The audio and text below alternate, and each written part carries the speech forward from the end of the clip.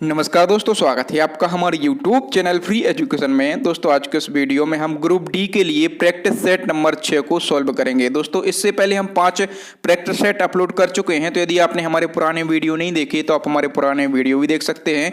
और दोस्तों ये ग्रुप डी के लिए जो प्रैक्टिस सेट है इसमें हमने जनरल नॉलेज, जनरल साइंस और करंट अफेयर्स से रिलेटेड मोस्ट इंपॉर्टेंट 25 क्वेश्चन को ऐड किया है। और दोस्तों इन सभी क्वेश्चन को हम बिल्कुल डिटेल में विथ एक्स्ट्रा फैक्ट के साथ में डिस्कस करेंगे। तो चलिए दोस्तों शुरुआत कर लेते हैं नंबर फर्स्ट क्वेश्चन से। पहला हमारा क्वेश्चन है 32वें ग्रीष्मकालीन ओलंपिक खेलों का आयोजन कहां होगा। दोस्तों यदि आपको पहले से किसी क्वेश्चन का आंसर पता है तो वीडियो को पॉज करके अपना आंसर भी लगा सकते हैं। दोस्तों जो 32वें ग्रीष्मकालीन ओलंपिक खेल हैं इनका आयोजन कब किया जाएगा? 2021 के अंदर किया जाएगा। और कहां पर किया जाएगा? तो टोक्यो जापान में इनका आयोजन किया जाएगा। तो इस क्वेश्चन का ए ऑप्शन सही हो जाएगा। दोस्तों यहां से कई क्वेश्चन आपके एग्जाम में पूछे जाएंगे, तो सभी फैक्टों को हम एक एक करके देख लेते हैं। दोस्तों जो ग्रीष्मकालीन ओलंपिक खेलों का 32वां संस्करण है इसका आयोजन 2021 में और टोक्यो जापान के अंदर किया जाएगा। दोस्तों जो 32वां संस्करण है इसका आयोजन तो होना था 2020 में, लेकिन कोविड-19 महामारी के कारण इसका जो आयोजन है इसको स्थगित कर दिया गया। और अब ये कब होगा? तो इसी साल 2021 में होगा। और दोस्तों यदि हम बात करें ग्रीष्मकालीन ओलंपिक खेलों के 33वें संस्करण की, तो इसका आयोजन कब किया जाएगा? 2024 में, और पेरिस फ्रांस के अंदर इसका आयोजन किया जाएगा। दोस्तों जो 34वां संस्करण है ग्रीष्मकालीन ओलंपिक खेलों का, इसका आयोजन 2028 में किया जाएगा और लॉस एंजल्स अमेरिका के अंदर इसका आयोजन किया जाएगा। दोस्तों यदि हम बात करेंगे कि ग्रीष्मकालीन ओलंपिक खेलों का जो 31वां संस्करण है इसका आयोजन कब किया गया था? 2016 में इसका आयोजन किया गया था और रियो डी जेनेरो ब्राजील के अंदर इसका आयोजन किया गया था। और दोस्तों ग्रीष्मकालीन ओलंपिक खेलों का जो पहला संस्करण है ये कब आयोजित हुआ था? तो ये 1896 में आयोजित हुआ था और यूनान की राजधानी एथेंस में इसका आयोजन किया गया था। दोस्तों ये सारी बातें, ये सारे फैक्ट आपको याद रखना है। यहाँ से एक क्वेश्चन आपके एग्जाम में बन सकता है, आप चाहें तो इसका स्क्रीनशॉट भी ले सकते हैं। नेक्स्ट हमारा क्वेश्चन है दोस्तों, पर्यावरण प्रदर्शन सूचकांक 2020 में भारत कौन से स्थान पर रहा है? तो दोस्तों जो इन्वायरमेंट परफॉर्मेंस इंडेक्स है इसको शॉर्ट में EPI कहा जाता है, ठीक है। तो इस इंडेक्स में अपना देश भारत जो है ये 168वें स्थान पर रहा है। ए ऑप्शन सही हो जाएगा। दोस्तों 180 देशों में, कितने? 180 देशों में अपना देश भारत जो है ये 168वें स्थान पर रहा है, ठीक है। जो डेनमार्क है ये पहले स्थान पर रहा है, लग्जमबर्ग दूसरे स्थान पर रहा है, स्विट्जरलैंड तीसरे स्थान पर रहा है। और दोस्तों जो लाइजीरिया देश है, ध्यान रखना लाइजीरिया, नाइजीरिया नहीं, लाइजीरिया जो है ये 180वें स्थान पर यानी कि अंतिम पायदान पर रहा है। तो ये भी आपको याद रखना है। नेक्स्ट हमारा क्वेश्चन है दोस्तों, power grid corporation of India के नए निदेशक कौन बने हैं? दोस्तों power grid corporation of India इसके नए निदेशक कौन बन गए हैं? अभय चौधरी बन गए हैं। तो इस क्वेश्चन का बी ऑप्शन सही हो जाएगा। Power grid corporation of India इसकी स्थापना कब की गई थी? तो 1989 में इसकी स्थापना की गई थी और गुड़गांव हरियाणा के अंदर इसका हेडक्वार्टर स्थित है। आगे बढ़ेंगे दोस्तों। नेक्स्ट हमारा क्वेश्चन है, कोलकाता पोर्ट ट्रस्ट का नाम बदलकर क्या रखा गया है? दोस्तों कोलकाता पोर्ट ट्रस्ट जो है इसका नाम बदलकर रखा गया है श्यामा प्रसाद मुखर्जी पोर्ट। तो इस क्वेश्चन का डी ऑप्शन सही हो जाएगा। देखिए दोस्तों यहाँ पर बात हुई है श्यामा प्रसाद मुखर्जी की। दोस्तों जो श्यामा प्रसाद मुखर्जी हैं यह एक प्रसिद्ध राजनेता, शिक्षाविद और बैरिस्टर थे, ठीक है। और ये जो मुखर्जी जी हैं ये जब पंडित जवाहरलाल नेहरू की सरकार थी उसमें उद्योग व आपूर्ति मंत्री भी रह चुके हैं, ठीक है। और दोस्तों 1951 में जनसंघ की स्थापना हुई थी। भारतीय जनसंघ स्थापना कब हुई थी? 1951 में, ठीक है। और ये स्थापना किसने की थी? तो श्यामा प्रसाद मुखर्जी के नेतृत्व में इसकी स्थापना की गई थी और यही जनसंघ जो है ये आगे जाके BJP पार्टी बनती है। नेक्स्ट हमारा क्वेश्चन है दोस्तों नंबर 5 क्वेश्चन, रक्त के निर्माण की प्रक्रिया को क्या कहा जाता है? दोस्तों रक्त के निर्माण की जो प्रक्रिया है इसको हीमोपोइसिस कहा जाता है। क्या कहा जाता है? हीमोपोइसिस कहा जाता है। नेक्स्ट हमारा क्वेश्चन है दोस्तों, table tennis federation of India इसको शॉर्ट में TTFI कहा जाता है। दोस्तों TTFI के न्यू चेयरमैन कौन बने हैं? दोस्तों TTFI के न्यू चेयरमैन बन गए हैं दुष्यंत चौटाला। तो डी ऑप्शन सही हो जाएगा। दोस्तों TTFI फुल फॉर्म क्या होगा? Table tennis federation of India इसका फुल फॉर्म होगा। इसकी स्थापना कब की गई थी? तो 1926 के अंदर इसकी स्थापना की गई थी और न्यू दिल्ली में इसका हेडक्वार्टर स्थित है।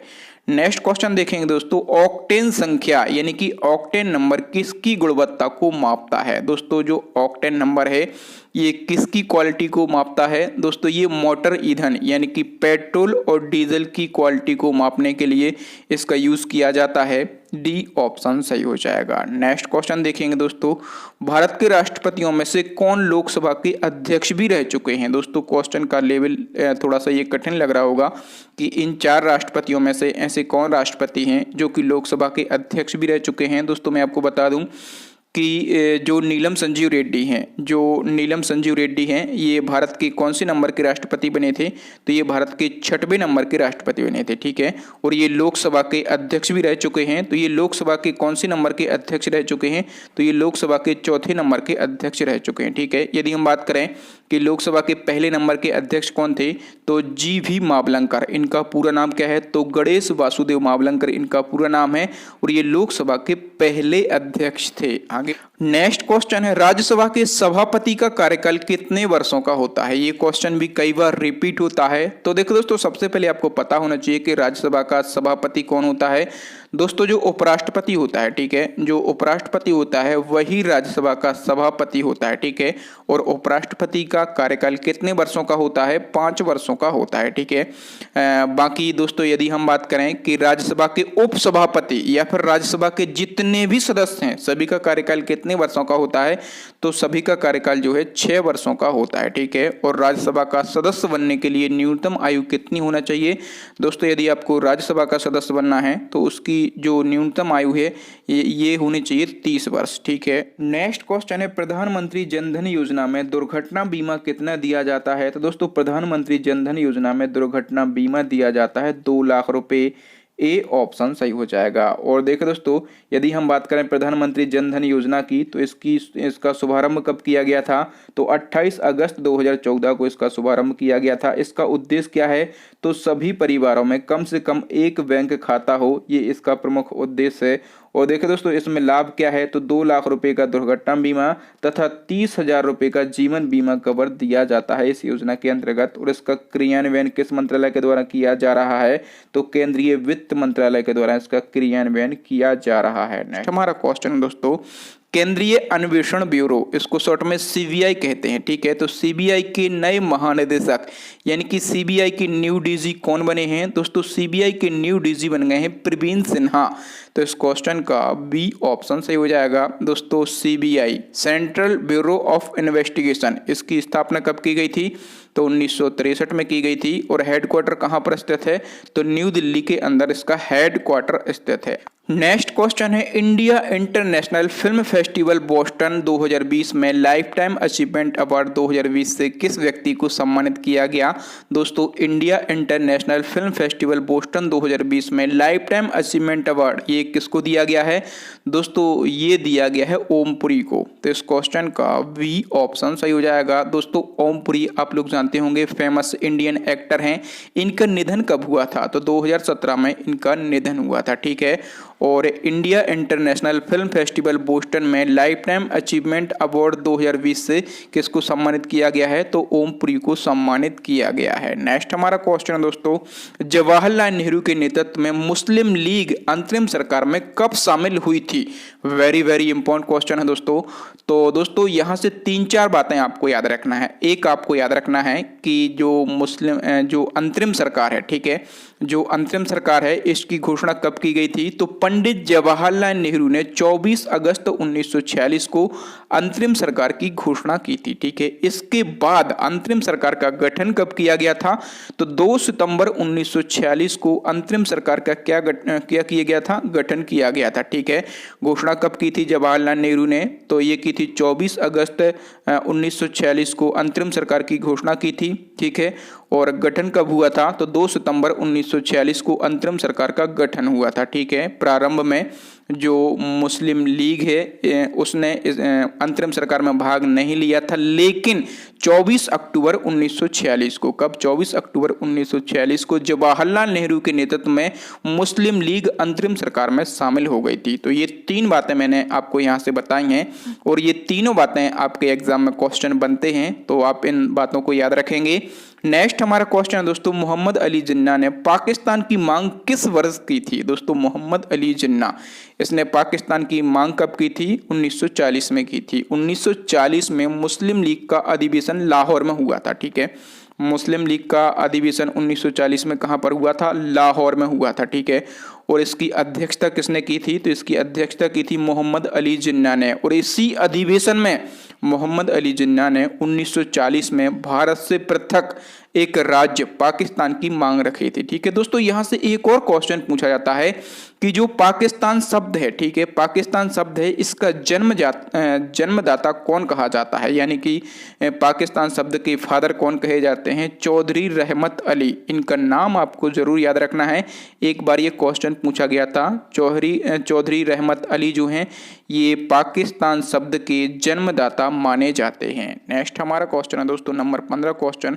दुनिया की सबसे बड़ी नदी कौन सी है? दोस्तों दुनिया की सबसे बड़ी नदी जो है ये नील नदी है। ठीक है, यदि हम बात करेंगे कि नील नदी की लंबाई कितनी है तो 6650 किलोमीटर की लंबाई है और नील नदी को जो है मिस्र का वरदान कहा जाता है। आगे बढ़ेंगे दोस्तों, नेक्स्ट हमारा क्वेश्चन है, अंतर्राष्ट्रीय ओलंपिक समिति का मुख्यालय कहाँ पर स्थित है? दोस्तों अंतर्राष्ट्रीय ओलंपिक समिति, इसका जो हेडक्वार्टर है ये लॉजन स्विट्जरलैंड के अंदर स्थित है। ए ऑप्शन सही हो जाएगा। और दोस्तों अंतर्राष्ट्रीय ओलंपिक समिति की स्थापना कब की गई थी? तो 1894 में इसकी स्थापना की गई थी। नेक्स्ट हमारा क्वेश्चन है दोस्तों, किस अमेरिकी लेखक ने कहा था असहयोग भारत और महात्मा गांधी जी के जीवन में एक युग का नाम बन गया है? तो दोस्तों असहयोग भारत और महात्मा गांधी जी के जीवन में एक युग का नाम बन गया है, ये किसने कहा था? लुईस फिशर ने कहा था। सी ऑप्शन सही हो जाएगा। दोस्तों इस प्रकार के जो कथन होते हैं, ठीक है, ये भी आपके एग्जाम में क्वेश्चन बनते हैं, तो इनको आप याद रखेंगे। नेक्स्ट हमारा क्वेश्चन है दोस्तों, सर्वोच्च न्यायालय के मुख्य न्यायाधीश की सेवानिवृत्ति की आयु कितनी होती है? दोस्तों सुप्रीम कोर्ट के जो चीफ जस्टिस होते हैं यानी कि CJI होते हैं, चीफ जस्टिस ऑफ इंडिया जो होते हैं, इनकी रिटायरमेंट की एज कितनी होती है? 65 वर्ष होती है। सी ऑप्शन सही हो जाएगा। इंडिया के फर्स्ट CJI कौन बनाए गए थे? तो हीरालाल जे कानिया बनाए गए थे। ठीक है, और जो सुप्रीम कोर्ट के चीफ जस्टिस होते हैं यानी कि जो CJI होते हैं, इनका वेतन कितना होता है? तो 2,80,000 इनका वेतन होता है। और इन प्रेजेंट सुप्रीम कोर्ट में कुल कितने जज हैं? दोस्तों वर्तमान में सुप्रीम कोर्ट में 34 जज हैं। ठीक है, इन 34 में से 33 होते हैं अन्य न्यायाधीश और एक होता है मुख्य न्यायाधीश। ठीक है, तो इस प्रकार से टोटल जजेस कितने होते हैं सुप्रीम कोर्ट में? 34 होते हैं। नेक्स्ट क्वेश्चन देखेंगे दोस्तों, गुलरुखी के उपनाम से कौन कविताएं लिखता था? दोस्तों गुलरुखी के उपनाम से कविताएं कौन लिखता था? तो सिकंदर लोधी लिखता था। तो इस क्वेश्चन का ए ऑप्शन सही हो जाएगा। सिकंदर लोधी कौन था? तो लोधी वंश का शासक था। ठीक है, और यदि आपसे पूछा जाए कि आगरा का संस्थापक कौन था? तो आगरा का संस्थापक भी सिकंदर लोधी था। और सिकंदर लोधी, इसका मकबरा पूछा जाता है कि इसका मकबरा कहाँ पर है? तो दिल्ली में इसका मकबरा स्थित है। नेक्स्ट क्वेश्चन देख लेते हैं दोस्तों। नेक्स्ट हमारा क्वेश्चन है, किस जिले को प्लास्टिक अपशिष्ट प्रबंधन पुरस्कार 2020 दिया गया है? दोस्तों प्लास्टिक अपशिष्ट प्रबंधन पुरस्कार 2020 किस शहर को दिया गया है? दोस्तों ये दिया गया है डिब्रूगढ़ को। ठीक है, और डिब्रूगढ़ क्या है? तो डिब्रूगढ़ जो है ये असम राज्य का एक जिला है। ठीक है दोस्तों, ये अभी जो SSC CGL का एग्जाम हुआ था वहां पर ये क्वेश्चन पूछा गया था। और दोस्तों प्लास्टिक अपशिष्ट प्रबंधन पुरस्कार ये किस मिनिस्ट्री के द्वारा, किस मंत्रालय के द्वारा दिया जाता है? दोस्तों ये जो पुरस्कार है ये जल शक्ति मंत्रालय के द्वारा दिया जाता है। ठीक है, तो ये भी आप याद रखेंगे। नेक्स्ट क्वेश्चन देख लेते हैं दोस्तों। अगला हमारा क्वेश्चन है, प्रधानमंत्री श्री नरेंद्र मोदी ने किस राज्य में किसान सूर्योदय योजना का शुभारंभ किया है? दोस्तों किसान सूर्योदय योजना, इसका शुभारंभ किसने किया है? तो प्रधानमंत्री श्री नरेंद्र मोदी जी ने इसका शुभारंभ किया है। किस राज्य में इसका शुभारंभ किया गया? तो गुजरात के अंदर इसका शुभारंभ किया गया। इस योजना का उद्देश्य क्या है? तो सिंचाई के लिए दिन में बिजली की आपूर्ति प्रदान करना इस योजना का प्रमुख उद्देश्य है। इस योजना के तहत किसानों को सुबह 5 बजे से शाम 5 बजे तक बिजली की आपूर्ति की जाएगी और ये योजना गुजरात में शुरू की गई है। गुजरात की राजधानी क्या है? गांधीनगर जो है ये गुजरात की राजधानी है। यहाँ के इन प्रेजेंट सीएम कौन है? तो विजय भाई रूपानी यहाँ के सीएम हैं। और गवर्नर कौन है? तो आचार्य देवव्रत जो हैं ये गुजरात के प्रेजेंट गवर्नर हैं। नेक्स्ट क्वेश्चन की बात करेंगे दोस्तों। नेक्स्ट हमारा क्वेश्चन है, संसार का सबसे बड़ा द्वीप ग्रीनलैंड किस देश का हिस्सा है? दोस्तों संसार का सबसे बड़ा द्वीप कौन सा है? तो आप कहेंगे कि संसार का सबसे बड़ा द्वीप जो है ये ग्रीनलैंड है, ठीक है। और दोस्तों जो ग्रीनलैंड है ये राजनीतिक दृष्टि से डेनमार्क देश के अंतर्गत आता है। तो इस क्वेश्चन का डी ऑप्शन सही हो जाएगा। ये संसार का सबसे बड़ा द्वीप है। तो आपको इसका एरिया भी पता होना चाहिए। इसका एरिया कितना होता है? 21,30,800 वर्ग मीटर जो है ये ग्रीनलैंड का एरिया यानी कि क्षेत्रफल है। नेक्स्ट क्वेश्चन देख लेते हैं दोस्तों। नेक्स्ट हमारा क्वेश्चन है, वर्तमान भारत पुस्तक के रचयिता कौन है? दोस्तों वर्तमान भारत नामक जो पुस्तक है इस पुस्तक के रचयिता कौन है? स्वामी विवेकानंद हैं। तो इस क्वेश्चन का डी ऑप्शन सही हो जाएगा। स्वामी विवेकानंद, इनकी जयंती या फिर इनका बर्थडे कब होता है? दोस्तों इनका बर्थडे होता है 12 जनवरी को, ठीक है। और इन्हीं के जन्म दिवस के उपलक्ष्य पर हम हर साल क्या मनाते हैं? तो राष्ट्रीय युवा दिवस मनाते हैं, ठीक है। स्वामी विवेकानंद इन्होंने रामकृष्ण मिशन की स्थापना भी की थी, ठीक है। ये भी आपको पता होना चाहिए। रामकृष्ण मिशन की स्थापना किसने की थी? तो स्वामी विवेकानंद ने की थी। नेक्स्ट क्वेश्चन है, उस वीर भारतीय राजा का नाम बताइए जिसे सिकंदर ने झेलम के तट पर पराजित किया था। तो देखो दोस्तों मैं आपको बता दूं कि उस वीर भारतीय राजा का नाम क्या है?